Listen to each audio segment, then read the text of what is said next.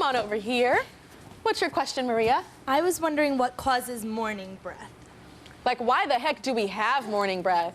Like, why is it? Like, and it's not even morning breath. You take a 2-hour nap, you wake up, you funky. Your mouth, right? It's like, I try to sleep with a mint, it doesn't work. Yeah. So why is that? So this is really common. It happens to all of us. And basically, when we're sleeping, we're not producing as much saliva as we normally do. So our mouth gets really dry and bacteria can overgrow. So what can you do? Well, in addition to obviously brushing and flossing before you go to bed, drink a big glass of water. That'll help you stay hydrated throughout the night and it'll hopefully prevent a little bit of the morning breath. Okay, you guys know when you're dating somebody, especially when you're dating somebody new, and you have morning breath, oh my God, and they want to kiss you in the morning, and you're like, we can't do that. So if you drink a lot of water before you go to bed, and you wake up with that new guy, it won't be as funky. Exactly. Nice, but then you're going to be peeing all night. But you'll be fresh in the morning. The other thing is, as soon as you get up and he's still sleeping, just run to the bathroom and brush your teeth. Just run to the bathroom and brush your teeth. How harmful is it? I have to ask you this, because I've never done this before, and I don't know. I've just heard some people have this concern. Is like, how harmful is it to like wear the same panties 2 days in a row? Yeah, you know, Dr. Suzanne. I love this question because this is so real. How many of y'all wore the same panties 2 days in a row? Oh, come on, admit it. I have. Why are y'all lying? We are trying to be honest today. I just did a vagina show last season and talked all about mine. Well, I have too, Tyra. I admit it. You've worn them twice in a row? Why are y'all lying? First of all, it's a great opportunity to not be so freaked out about your body and what comes out of it. It's not that big of a deal. If you're that freaked out, turn them inside out. Or go commando the next day. It's 2 days in a row, not such a big deal. You guys hear that? Everybody in this audience that has worn the same drawers twice in a row that won't raise their hands? Okay, the next question comes from Paige. Where's Paige? Hi, Paige, stand on up. What's your question? Sometimes I stay over at my boyfriend's house and I'll use like his toothbrush and maybe sometimes even his razor. And I was wondering if you could catch something from that.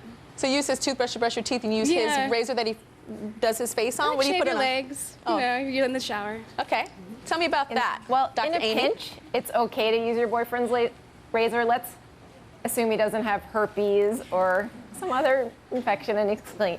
But a man's beard is rough and it'll dull the razor. So you're more likely to get razor burn or cut yourself. Also, guys like to use those razors with like 3, 4, and 5 blades. Those are not good for women. They're not good for a lot of men too. You can get razor bumps with those. Okay, so don't use your man's razor. Now what about his toothbrush? Well, if you have to use his toothbrush, rinse it in really hot water first. It'll kill the bacteria. Really I've hot done water. that. Okay, Allison has a question. Where's your, come on, stand on up, Allison. What's your question for Dr. Suzanne? I've heard that it's possible to pee while having sex. Is that true?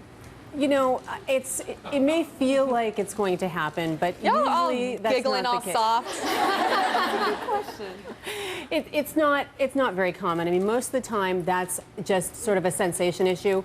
Don't forget everything's kind of all crowded in there together. Depending on position, what your anatomy is doing, you may feel the sensation. Most of the time it will pass. The thing to do is go to the bathroom before you're getting busy in the bedroom, okay? And that's important not only so that you prevent any unwanted sensations, but also to prevent urinary tract infections. Got it. I heard it's important also to prevent a urinary tract infection to use the bathroom right after you have sex as well? Yeah, definitely. Before and after. Okay. Before and after. So like, how long can you cuddle before you get up to go? You know, I don't think anybody's going to do a study on that. I think, you know, you should have a nice time, and then you should get up and relieve yourself. Okay, got it. Okay, Brooke has a question. Stand on up, Brooke. Hello. What's your question? As for women, we all hear these myths about olive oil, cocoa butter. How do we get rid of stretch marks? You know, we get them here, in the chest. How do we get rid of them? I just got an email on TyraShow.com, actually, of a woman saying that she wants to be a model so bad, but she has stretch marks. What does she do about it? And I can't remember your name, but listen up. This is a question for you. Dr. Amy. Well, stretch marks, 70% of us have them, if not more, and we get them as teenagers. That's when I started to get mine. If they're red or dark, there's prescription cream called Retin-A that will help lighten them, or lasers work. Once they're faded and they're sort of a little bit lighter than your skin color, right now there's nothing we have to do, unfortunately, except self-tanner will help. fill them in. Oh, self-tanner And will help? self-tanner helps, and also there's waterproof makeup you could use if you're for a day on the beach. Sometimes if I go to the beach, I actually like put makeup on, but then if I come out the water, it's going away. Buy some Dermablend. Yeah. It's waterproof. And Dermablend is don't waterproof. tan, because the regular sun will make your skin darker, but it won't tan stretch marks, so they'll stand out more. So stretch marks don't tan. They don't tan. Interesting. Oh. So what is it called? Dermablend. But they'll take up a self-tanner. Okay, we'll be right back.